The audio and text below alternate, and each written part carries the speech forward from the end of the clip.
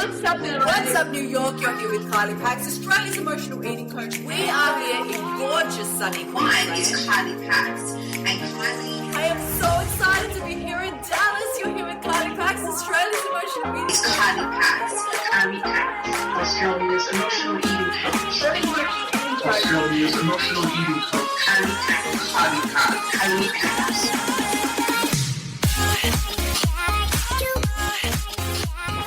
This week's episode of Ditch the Diet podcast is proudly brought to you by Ditch the Diet Online Bootcamp, my 6-week course that I am so proud to share with you. Registration is now open. This course has changed the lives of thousands of women around the globe. It is my 5 foundational steps for breaking free from emotional eating, taking control of your relationship with your body and food for life. Head to my website, kyliepax.com/bootcamp to find out more. I have this question from Susan, which I really, really love. And she says, can I discuss how to stop grazing when I'm not hungry? Yeah, I know that I relax and reward with snacks. That's great. 2 R's. That I relax and reward with snacks. I know that the struggle will be lessened by adding to and replacing routines and new thought patterns rather than trying to force a subtraction of the food. I know this seems sensible and easy, though I find I too easily give in to the voice with any little rationalization. It is, okay, is it as simple as just saying to myself, this is what I do now, and then doing it? You know, just let me think about that for a moment. Yes and no.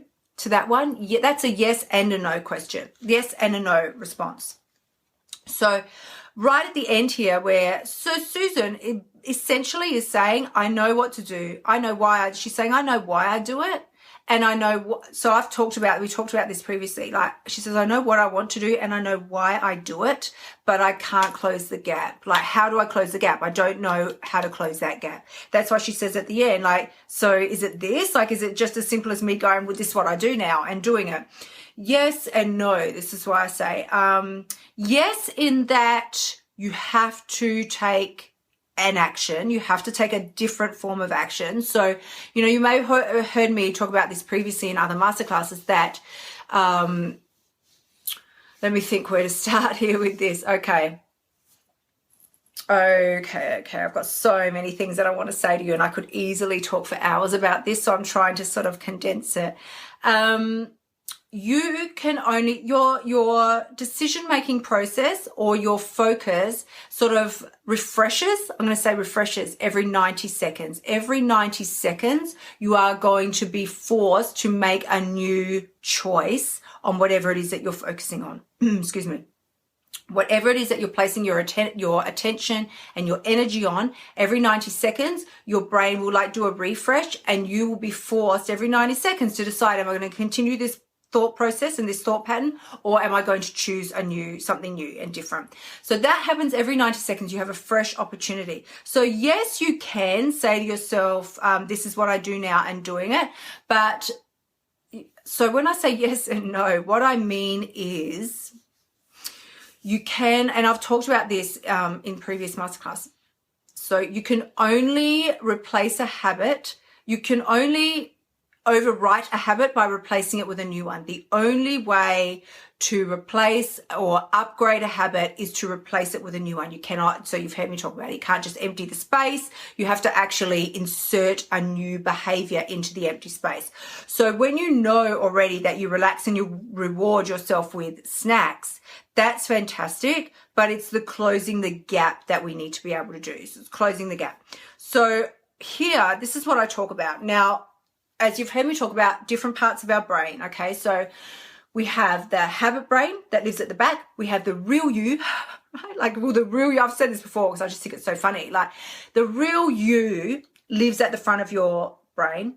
The back here, the back of your brain, so there's the front cortex and there's the cortex and the subcortex. The subcortex is where it's your automatic brain. It's the habit brain. So everything back here is automated, it's irrational, and it's unthinking back here. It's just on repeat, whatever garbage happens to be living in there, and it's been living in there for quite some time, whatever is living in here, it just goes on and on and on and on unless you insert and then repeat a new behavior. Insert and repeat. That's the way the habits got in there to start with. They didn't magically appear. You weren't born with them. You had to learn them. And they were learned, obviously initially when you were young by external, copying and what other people said to do and all that kind of thing. But now we're older, wiser, smarter. You can make your own habits, but you can only overwrite those patterns that are already in there with a new one. You can't just clear out the space and go, I'm not going to do this anymore.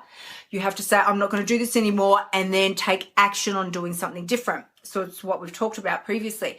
Now, the other thing is that this part of your brain can jibber jabber all it likes, and it does all day. That's the one that just goes, you're fat, you're ugly, you're stupid, you should totally eat the pizza, like you deserve it, you reward it. And the reason that it does this is because I don't want to bore you with science because it's boring, right?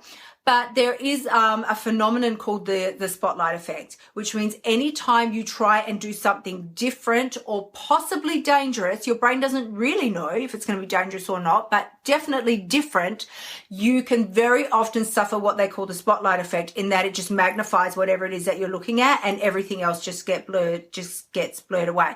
So if your brain thinks you're like the habit part of your brain thinks that you're trying to do something new, possibly dangerous or different, then it's going to try and stop you, not because it wants to sabotage you. The voice doesn't want to sabotage you, doesn't even know what sabotage is. It's trying to keep you alive. Don't do anything different. Don't do anything unusual. Just stick with what you know, right? Stick with what you know. The point is, as I've said before, that this part of your brain does not control your motor functions. So habits live back here, and it will send the brain signals to you, the real you. Like, will the real Kylie stand up? Yes, I will, because the real me lives at the front and I control my motor functions. That happens here.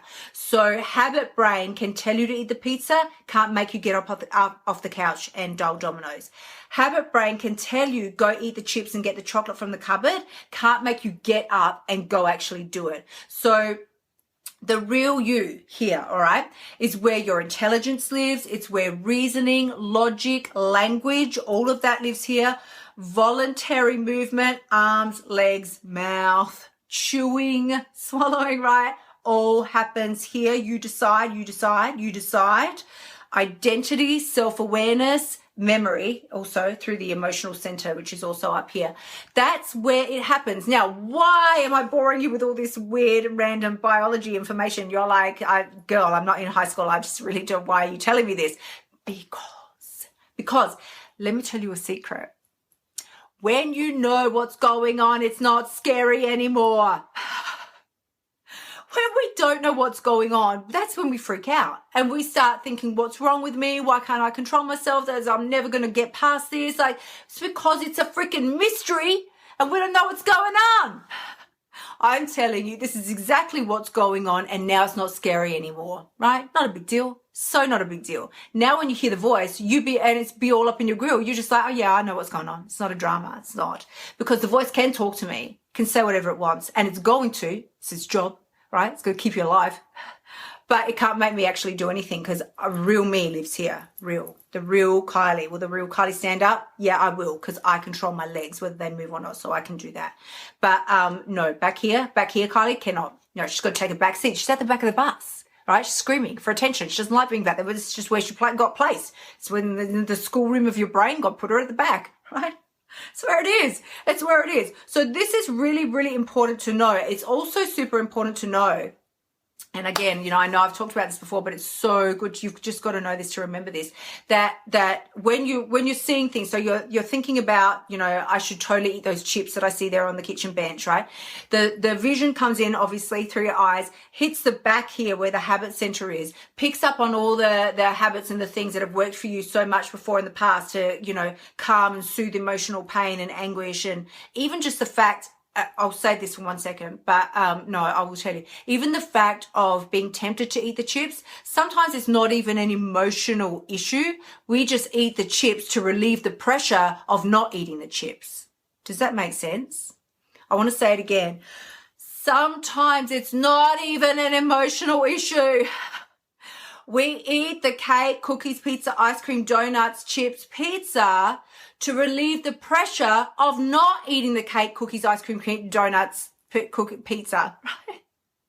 Because you see it, you want it, and pressure immediately builds. I see it, I want it, and it's not even it's reminding me of my childhood, or I'm having a flashback, or I've had such a hard day and I really deserve it. It's got nothing to do with that. You are now going to want to eat to relieve the pressure of not eating that. You see it there, you want it, please, as if you're not going to want it. And the only reason you eat it is to relieve the pressure of not eating it. Does that make sense? Right. Ashley goes, so true. Yes, it's not. So this I tell you because I want you to know it's not always a big deal.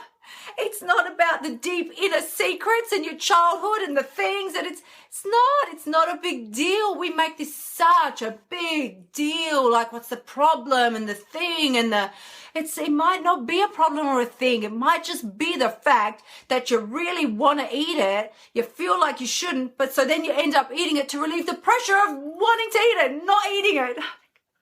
I want to eat it, and you eat it just to relieve the pressure of not eating it. Simple as that. It's just not a drama. The beauty of it is like, okay, that's great. I understand that, but what am I supposed to do? Well, if you really want to eat it, but just understand where the pressure is coming from, that it's not a thing. And that, tell me, how many times has this happened to you? Because this is how you know what I'm saying is not, I'm just not making up BS, right? I would see the chocolate. I would feel like my life was going to end if I didn't eat it. Like, oh my God, I have to have it. I have to have it. And then I would just not, for whatever reason, because I would make the decision I'm not. And then I would go do something else. And like half an hour later, I would remember that chocolate and go, I just don't even care about the chocolate now. It wasn't that I wanted chocolate. The only reason I wanted to eat it is because I saw it there, and not eating it was building the pressure inside me because you know, obviously we have the association that's going to taste really nice, it's going to be really good, it's going to be very yummy, and the only reason we want to eat it is to relieve the pressure of not eating it. But later, if you don't eat it and you go, then later on you be all like, I had totally forgotten about that food. And you really do think, I'm glad I didn't eat it, because I don't care now, couldn't care less, didn't want it, really didn't want it. So this is what I'm talking about now. I can't even remember the question. So, right, it was Susan about how to not relax and reward with snacks because she struggles. Yeah. And is it as simple as just saying, well, this is what I do now, and then doing it? So yes, it is. Now, this is what I want to sort of, again, just put to the fore, that your true ultimate self is always in control. And the reason I say this is not just like a heartfelt message. Your true ultimate self is always in control, because your true self lives up here in the cortex, the top part of your brain, and it controls your motor functions. So you literally are always in control. Always. So when we start to feel out of control, like whatever, it's not that the chocolate controls you. If you have gotten up, if you've raised yourself from the couch and gone and eaten it, or eaten it, then you made the decision. Now, I don't say that to be like, well, you made the decision. I say that because all of a sudden you can flip the switch on how you look at it. You're like, you mean I have a decision? Yeah, you do. You always have a decision. You're going to feel tempted no matter what. That you cannot control. The voice telling you to eat, the certain things and talking to you from back here, that's going to happen. That you can't control. You can't control your thoughts. You can't always necessarily control the emotions that they evoke, but you can always control your actions. Always. There is never not a time when you can't control your actions, because it lives in the most advanced part of your brain. That's where you are. You hang out here, X, like you are here, right? You are here. Everything else back here. The habits live back here. The emotional part of your brain is in the center, but you're here. So you always have a choice. With that, I say to you, take that and use it to empower yourself. Don't go, well, I guess I ate it. It was my choice. I'm such a loser. No, use it to empower yourself. You always have a choice. That means if you're going to choose to eat the ice cream or the donuts or the pizza, whatever it is, then eat it and own it. Own it. Like stand in your power and say, well, I'm going to make the decision to eat it. And therefore, if I'm standing in my power and I'm going to make the decision to eat it, I'm damn well going to enjoy it.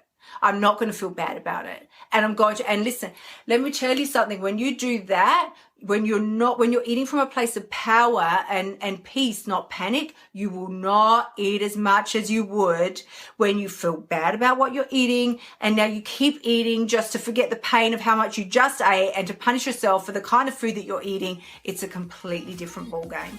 Completely different. Thank you so much for spending time with me this week. You can find me on Facebook, Instagram, Twitter, and Pinterest. And as always, remember, the only person who has the power to change your life is you. And the very best part, you've already got what it takes. I am sending you so much love. Until next time, bye for now.